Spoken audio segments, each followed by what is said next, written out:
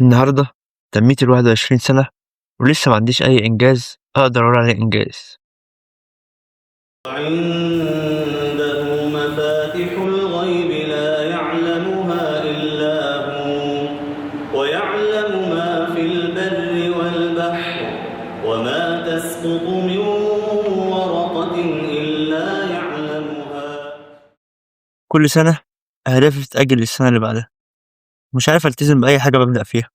ساعات بلتزم يوم، اليوم ده ساعات بكمله لآخر الأسبوع، بس لو قصرت يوم واحد بس ألاقي اليوم ده جاب يومين، اليومين يجيبوا أسبوع وشهر وهكذا لحد ما أرجع نقطة الصفر تاني.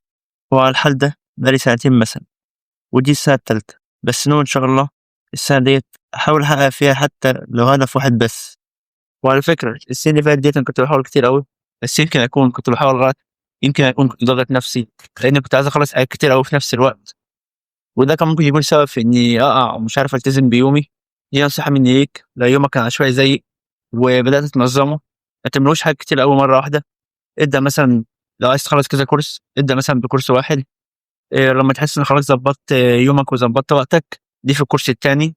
ما تعملش زيي، كنت عايز أخلّص حاجات كتيرة أوي في وقت واحد، وأنا أصلًا كان يومي من 8 ل10 ساعات نوم والباقي قاعد باتفرج على التلفزيون. بس إن شاء الله ناوي أغيّر كل ده، لإن اللي عايز ينجح لازم يتعب عشان حلمه، وبرضه لازم يتعب عشان خاطر أهله. وده إن شاء الله أول فيديو في سلسلة هاشارك فيها حيلتي في الالتزام.